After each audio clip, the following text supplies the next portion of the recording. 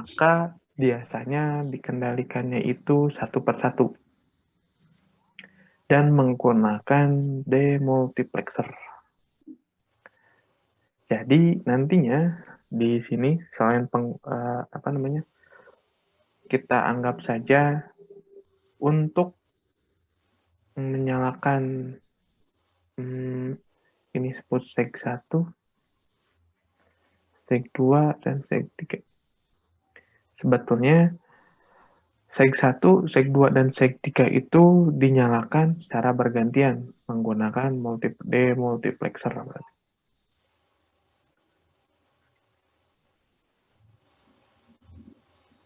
Nah,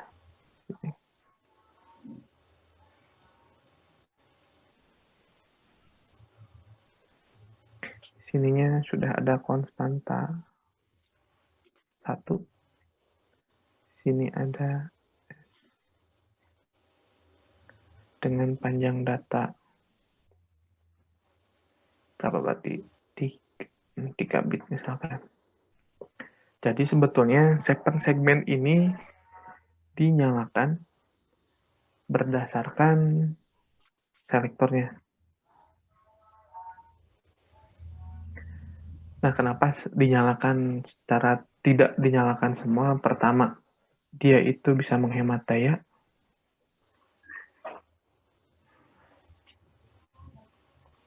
Kedua, menghemat pin.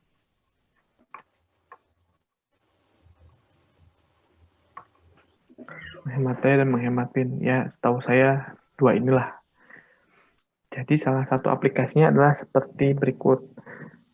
Sehingga yang teman-teman lihat itu sebetulnya antara segmen 1, 2, dan 3 itu tidak dinyalakan bersamaan, namun dinyalakan secara bergantian dengan frekuensi yang sangat cepat, sehingga seolah-olah di mata teman-teman itu sudah menyala secara bersamaan.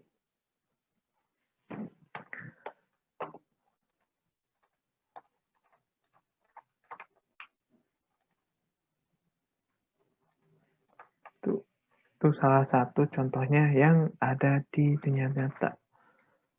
Saya lupa di mana ini ya.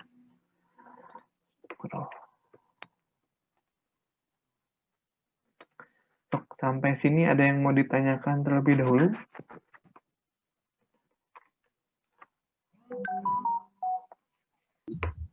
Izin bertanya, Pak. Boleh, silahkan. Gimana?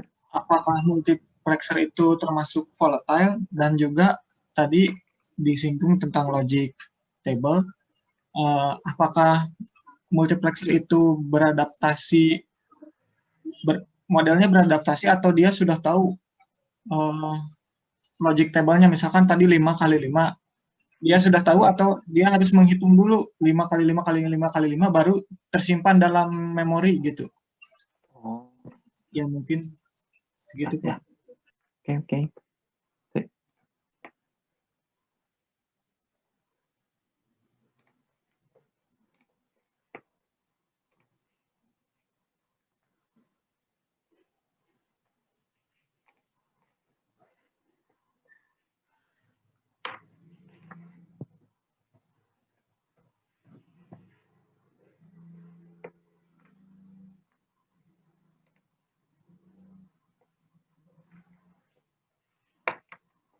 Sebentar.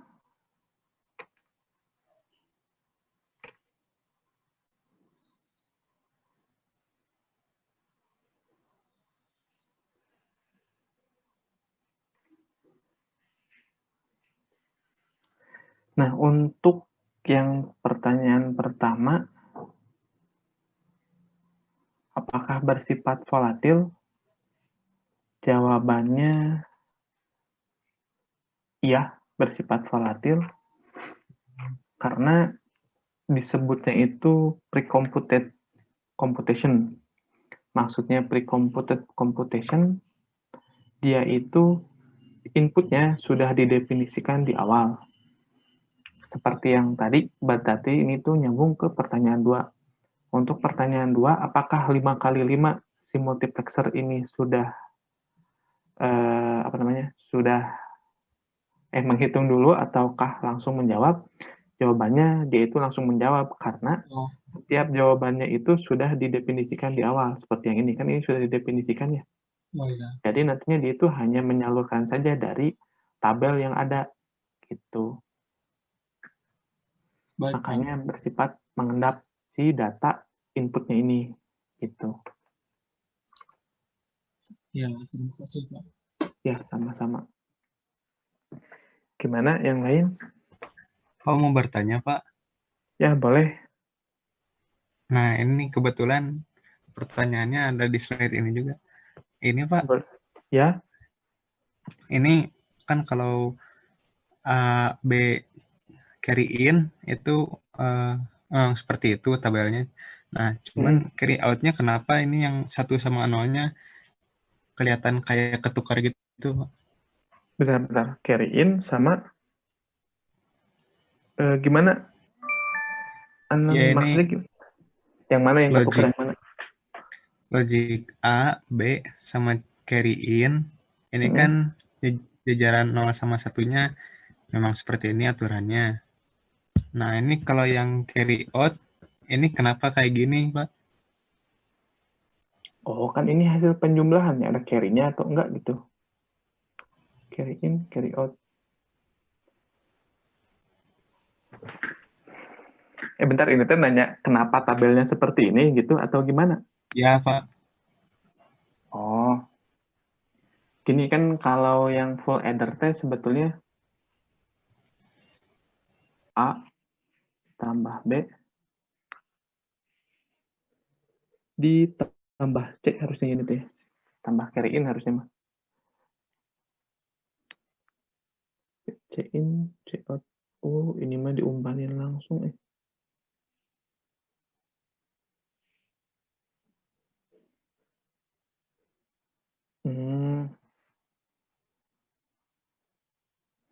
Kalau yang ini kayaknya bukan ini sih apa namanya?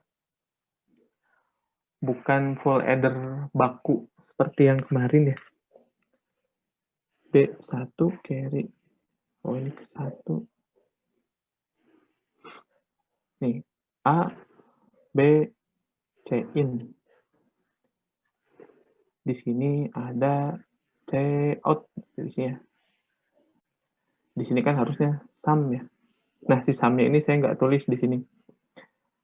A ditambah B. Ini yang menurut tapi analika ketuker yang mana? Yaitu yang 011 hasilnya 1. Bentar, 0. Yang ini bukan. Yang ini Ya, sama bawahnya. sama yang ini gitu. Itu ketuker.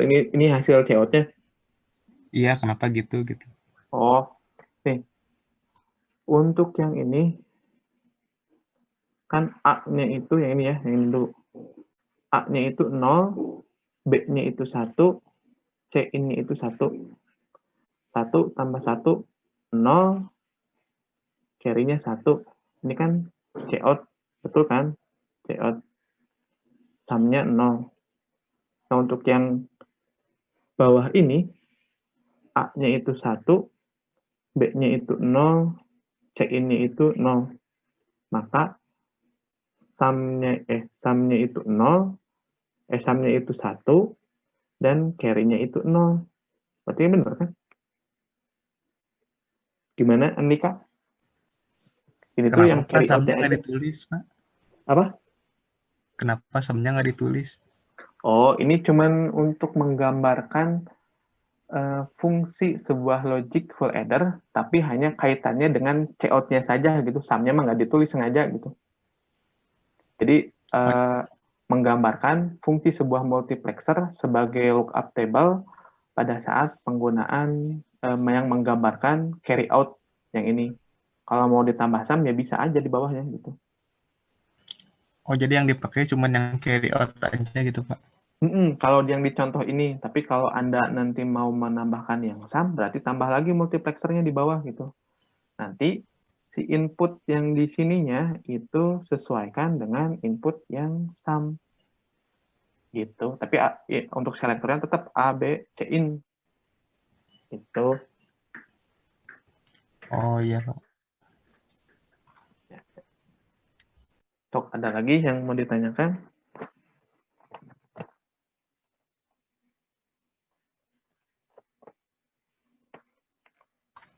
Pak mau bertanya lagi boleh Pak? Boleh, atuh. Mungkin di slide yang sebelumnya Pak. Ya, belum. Yang ini, bukan. Yang sebelumnya lagi kayaknya. Entar. Yang Ini gambar rangkaian. gambar rangkaian. Yang ini atau yang ini? Nah itu Pak. Bentar. Ini. Iya. Nah, gimana? Ini kan kalau D itu input ya Pak. Mm-mm. Berurutan 0 sampai 3 ada 4 Oke. inputnya. Terus, Tapi yang S ini selektor kenapa S1 dulu Pak? Enggak S0 dulu. kan ini teh LSB, ini MSB. Ini juga LSB, ini MSB. Gitu, Anika. Kan kalau kita nulis, misalkan ya gini ya, nulis bilangan digital, bilangan heksa, misalkan ya, F, misalkan ya. Berarti kan LSB-nya itu di sebelah kanan, MSB-nya itu sebelah kiri, berarti sebelah kiri saya ya, MSB. Berarti kan di sininya itu D7, di sini kan D0.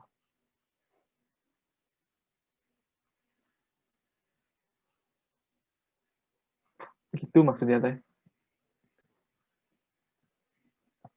Gimana Andika? Tapi kalau yang input juga nggak kayak gitu Pak. Kan ini dari sini. Ini LSB ke MSB. Memang sudah ketentuannya mungkin. Oh LSB-nya iya di Pak. atas, MSB-nya di bawah. Gimana Andika? Iya Pak, baik. Oke. Yuk, ada lagi?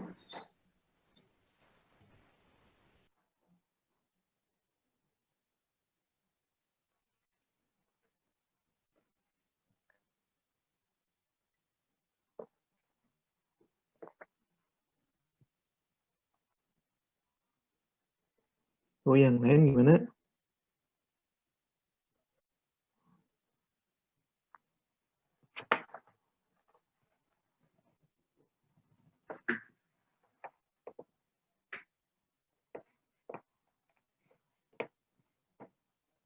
Sudah? Tidak ada? Ini? Kalau tidak ada, kita lanjut ke tugas berarti. Nah, karena apa ya ini nggak ada. Untuk tugas nanti biasa di Google Classroom, kalau bisa tugasnya itu berformat PDF ya, bukan yang apa hasil simulasi di save terus diupload ya. Format PDF, formatnya laporan, jadi rangkaiannya seperti apa, lalu outputnya bagaimana, lalu capture-nya, saya tulis aja deh.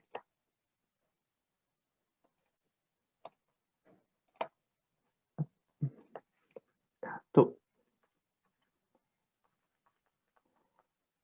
format PDF, .pdf, berisikan mengenai arsitekturnya, lalu hasil percobaan, arsitektur hasil percobaan, 3 kesimpulan. Nah, untuk tugas, ada yang mau ditanyakan terlebih dahulu nggak? Untuk kesimpulannya, Halo?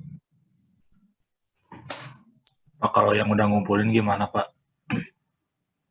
Yang udah ngumpulin gimana? Maksudnya, kan ini ada tugas lagi. Oh, baru. Ya, tugas baru ini mah. Kemarin gimana, Pak? Yang kemarin gimana apanya?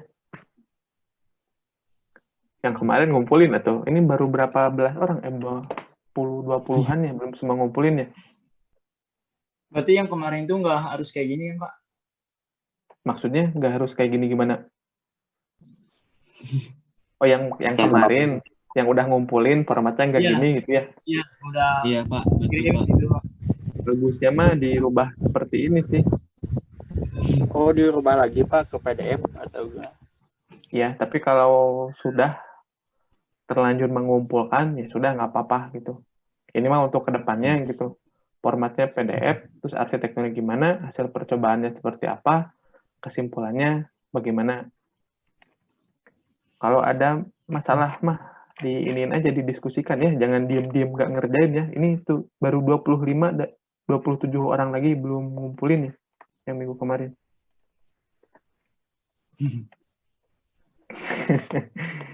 Yang tugas 3 juga cuman 39, 13 nggak ngumpulin. Udah sih, yang tugas 2 mah lewat. Oke, untuk tugas, ada yang mau ini? Ada yang mau ditanyakan dulu nggak? Kalau untuk hasil percobaannya itu sesuai dengan truth table-nya kayak? Ya gini, misalkan truth table-nya idealnya seperti apa, misalkan ya. Kalian udah buat dulu nih, truth table-nya harusnya gini nih. Tapi setelah dicoba, ternyata truth table-nya beda. Ya, maka ini juga dilaporkan. Ternyata truth table-nya beda. Lalu nanti diambil, tarik kesimpulan, kira-kira karena apa nih bisa bedanya. Kalau beda, kalau sama, ya sudah, nggak apa-apa gitu. Tapi jangan diusahain, ya kalau bisa diusahain sama. Tapi kalaupun tidak sama, harus dicari tuh penyebabnya apa gitu. Nanti dituliskan kesimpulannya. Gitu. Pak, izin bertanya. Ya, boleh. Gimana, Heru? Istilah latch itu gimana ya, Pak? Saya masih kurang ini baca di internet. Istilah latch ini? Iya, Pak. Maksudnya istilah latch itu gimana apanya nih? Iya, kan misalkan inputnya 0, outputnya latch gitu. Oh, latch itu maksudnya mengunci. Mengunci itu gini, kan kalau misalkan, ini teh Heru ya? Iya, Pak. Ini misal contoh ya, ini teh kadang disebut SR latch, ada juga yang nyebut flip-flop, ya sama aja sih sebetulnya, gitu-gitu aja. Nah, maksudnya latch, dia itu mengunci dari posisi sebelumnya. Kalau SR latch yang digunakannya itu, misalkan ya, itu yang gerbang NOR ya, dia itu akan latch pada saat inputnya 0. Jadi, ketika, misalnya namanya, ketika saat SR, dia itu awalnya 00, dan ini keynote.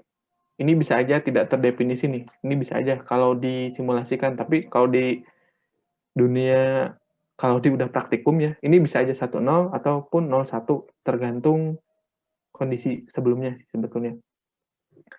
Nah, 00, misalkan kita tekan dulu 1, 0, maka outputnya itu akan 1 dan ini 0.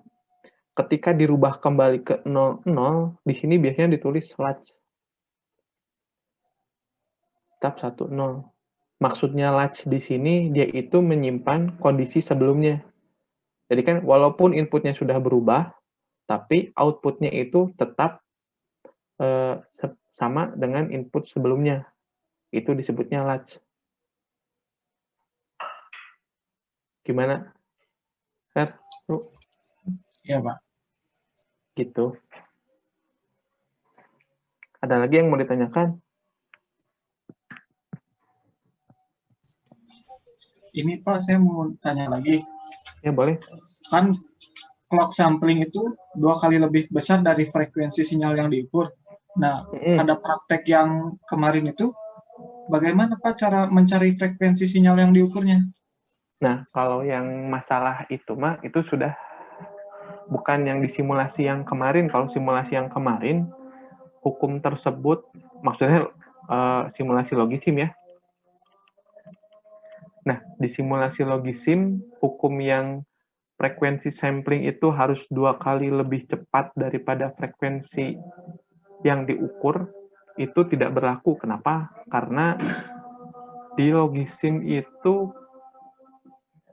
clock-nya setahu saya ya tidak bisa dirubah-rubah, jadi tidak ada bisa 2 clock yang berbeda. Jadi kurang mengena lah. Ini nanti akan bisa dipraktekkan pada saat praktikum sistem digital.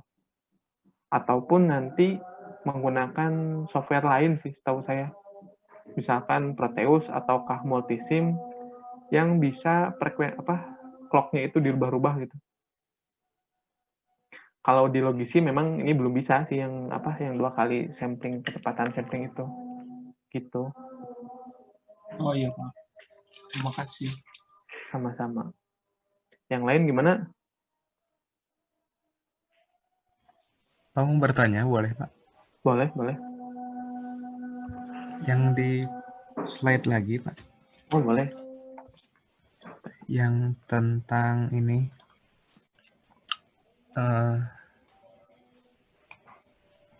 multiplexer tentang penghematan itu input. Oh, yang itu. Kenapa yang itu? Nggak ada di sini sih. Gimana? Ini Pak. Nggak digambarin di sini kalau penghematan input mah. Tapi gimana sok mau nanya penghematan input ya? Gimana? Yang di sini Pak menanyanya. Oh, ini Pak. Gitu. Ya. Yang ini di tabel kebenarannya. Ini FNAB-nya hasilnya kenapa gini Pak? Ini tuh gini ya, kalau untuk multiplexer, kalian itu bisa membuat tabel kebenaran dengan sembarang sembarang output. Jadi nilai Fn-nya itu sebetulnya kalau kalian menggunakan gerbang logika SOR pun bisa kan ya sebetulnya ini ya. Ini kan gerbang SOR sebetulnya. Tapi di pertemuan kali ini saya lebih menekankan bahwasannya multiplexer itu sebuah gerbang yang universal, bisa digunakan untuk merepresentasikan sebuah tabel kebenaran, bagaimanapun inputnya, bagaimanapun outputnya, selama input dari multiplexer tersebut itu nilainya konstan sesuai dengan tabel kebenaran. Kan kalau di sini berarti input D0 sampai dengan D3-nya itu sama ya, berarti D0, 0, D1, 1, D2, 1, D3-nya 0. Gitu. Nanti multiplexer ini akan merepresentasikan dari tabel kebenaran ini. Gitu. Jadi lebih penekanannya lebih ke situ. Oh, jadi si tabel kebenaran ini teh semuanya sebagai input gitu, Pak? Jadi ini tabel kebenaran nih. Kan udah ya, ini tabel kebenaran ya. Nah, kan ada fungsi Fn A, B. Nah, ini tuh D0, D1, D2, D3, D3 gitu. Jadi nanti yang Fn ini dijadikan sebagai input untuk multiplexernya.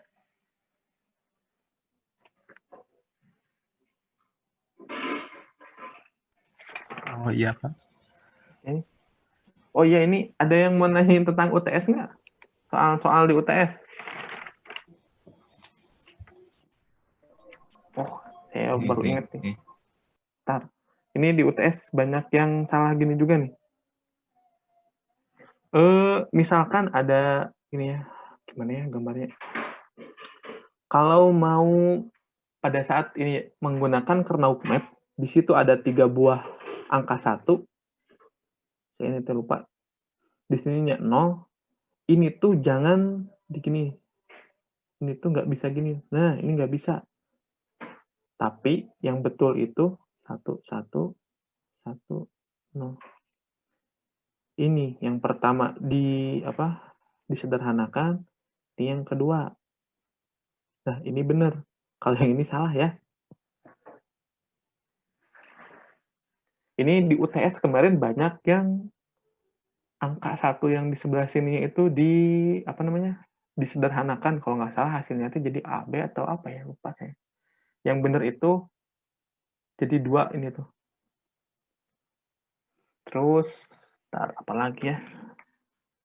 Oh, kalau ada yang soal nomor berapa? Yang merubah gerbang OR jadi gerbang NAND. Gerbang OR jadi gerbang NAND. OR itu persamaannya A plus B. Ya. Dari sini kan menggunakan De Morgan. Berarti A plus B not dengan menambah 2 gerbang not di output, kita itu tidak merubah input karena not hasilnya 1 sama aja gitu. Nah, dengan menggunakan De Morgan, maka dari sini bisa dirubah menjadi A dot B, A not, B not, A. Kenapa bisa seperti ini? A, B not itu sama dengan A dot B not. Ya. Dari sini bisa diketahui bahwasannya gerbang OR itu bisa terdiri dari A not, B not, di NAND kan. Nah, berarti kan mikirnya gini ya. Not, B, not, di NAND kan. Gini kan. Tapi karena di soalnya itu harus semua menggunakan gerbang NAND, maka gerbang not itu dibuat dari gerbang NAND. Untuk membuat gerbang NAND, gerbang not dari gerbang NAND, ya tinggal di iniin aja. A, NAND, B, NAND,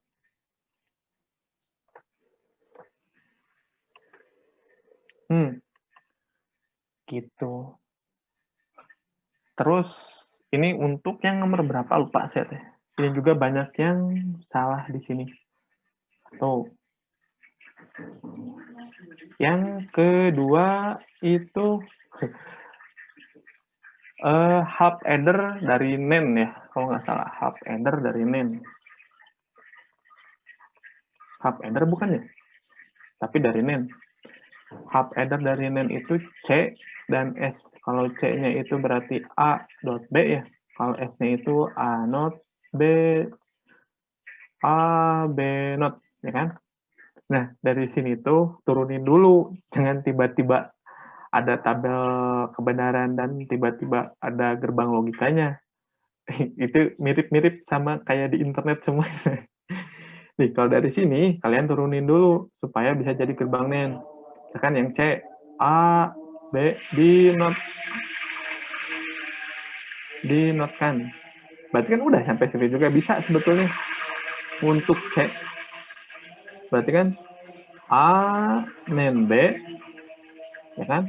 A, NAND B, di not kan. Not-nya kan, ini kan ada not nih. Udah yang C. Nah, untuk yang S, berarti kan turunin dulu ya. A, B not.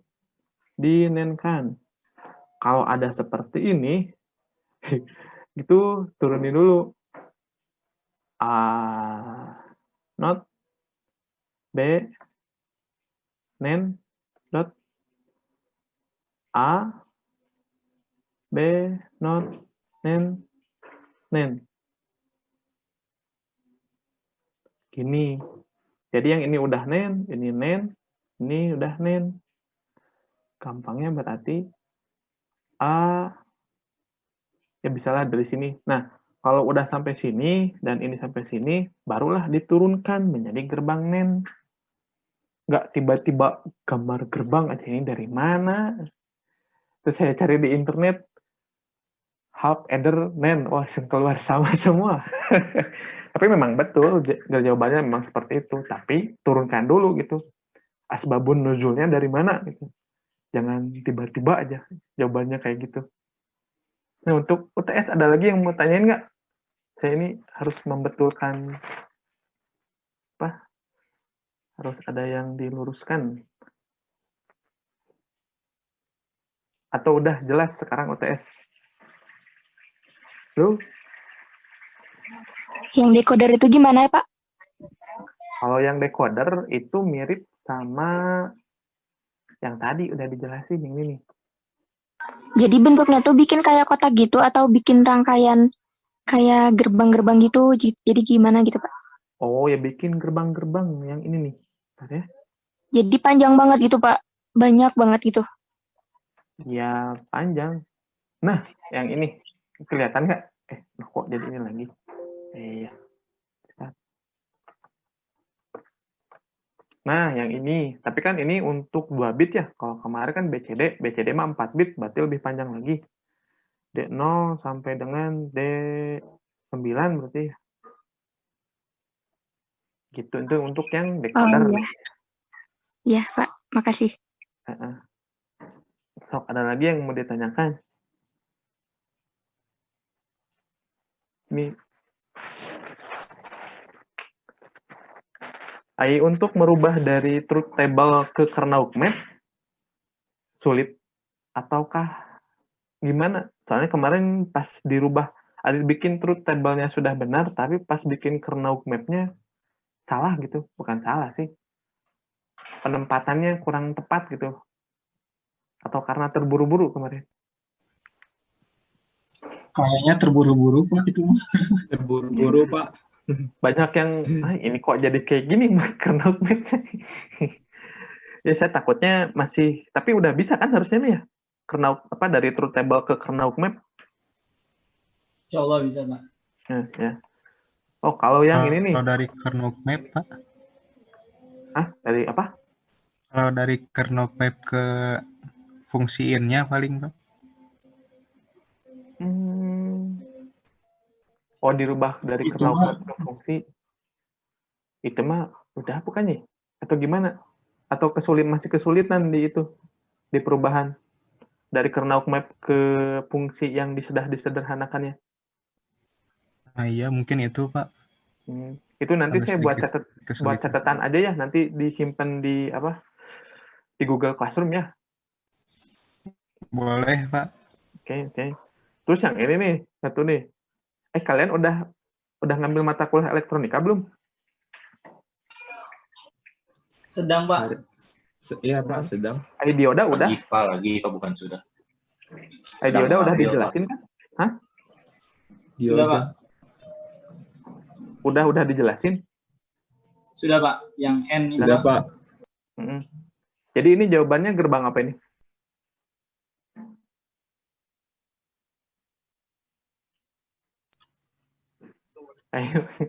Ayo jangan malu-malu, Sob. Gerbang apa nih? Bukan, Pak. A, B, dan Y ya? Itu gerbang OR bukan, Pak? Coba 0001. Di sini kalau saya nulis 1 berarti 5 volt ya? 1011 misalkan. Kalau 0 berarti nyambungin ke ground ya? Coba ini OR atau N? Coba ya, kita coba. Kalau ininya kita sambungkan ke ground, maka 5 volt output di sininya ini kurang lebih adalah 0,7 volt karena ada arus yang mengalir. Sehingga di sininya berarti 0. Kalau 0,7 kita anggap 0 aja ya. Oke, itu 1. Terus kalau yang B-nya itu kita ke 5 volt dan ininya ke ground, harus tetap ngalir nih 5 karena ke sini set 0,7 tetap 0 ya gitu ya. Tapi kalau berarti itu kedua-duanya gerbang N, Pak. Gerbang N. Kalau kedua-duanya set ini plus 5, maka tegangannya 5 volt kurang lebih di sini. Gitu. Jadi pengendali N sama OR-nya itu diodanya ya, Pak? Ya, betul. Kalau OR mah gini, kebalik malah OR mah. Ingat saya gini ya.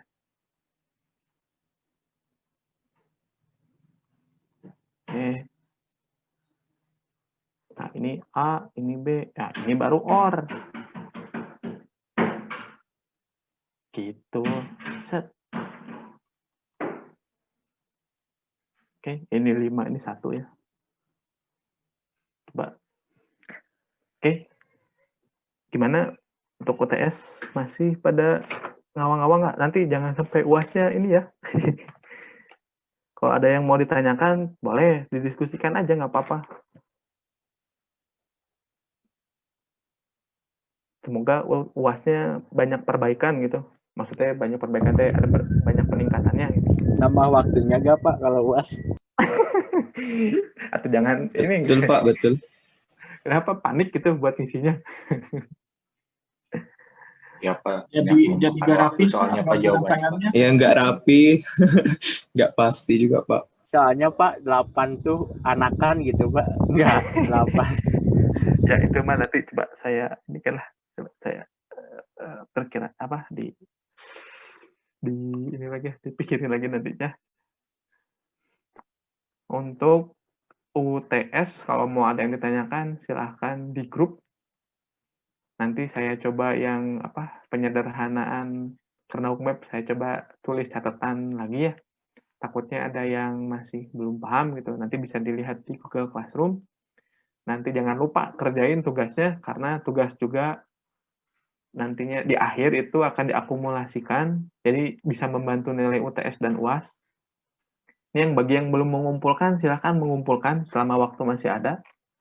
Semakin lama mengumpulkan, maka semakin maksimal nilainya itu akan semakin berkurang. Tapi yang penting ngumpulin dulu. Oke, ditunggu ya. Nih. Ini baru setengahnya juga, belum nih, yang tugas 4 nih. Tugas 3, masih 39 lah, lumayan lah, udah lebih dari setengah. Untuk yang lain, diharapkan yang belum mengumpulkan, tolong segera kumpulkan. Kalau begitu, saya tutup untuk perkuliahan hari ini. Terima kasih atas waktunya. Assalamualaikum warahmatullahi wabarakatuh. Selamat siang. Waalaikumsalam. Waalaikumsalam.